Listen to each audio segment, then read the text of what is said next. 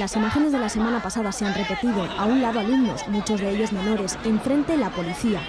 Si no abrís el tráfico, los que vayamos cogiendo irán detenidos. Os lo estoy avisando con antelación, ¿de acuerdo? Vale, ya no van a ser carreritas como hasta ahora, será detenido y a calabozo. Los agentes intentaban despejar las calles de la nueva protesta de los estudiantes del Instituto Lluís Vives, en el centro de Valencia, que ha estado cortado toda la tarde.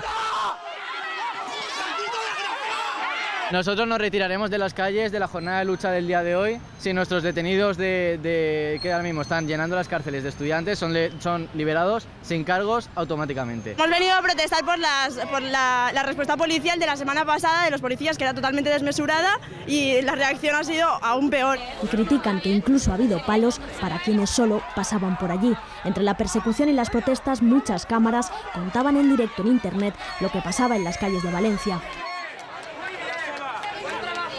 La delegada del Gobierno, Paula Sánchez de León, ha asegurado que si algún agente se ha extralimitado, su actuación tendrá consecuencias.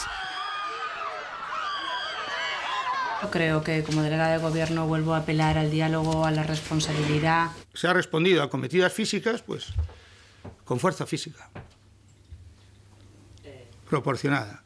Los detenidos de hoy se suman a los de la semana pasada, una actuación policial desmesurada, según Esquerra Unida, que ha denunciado los hechos ante la Fiscalía de Menores. Nadie puede negar que la policía ha actuado de forma indiscriminada y desproporcionada frente a jóvenes y adolescentes que se manifestaban contra los recortes educativos del PP.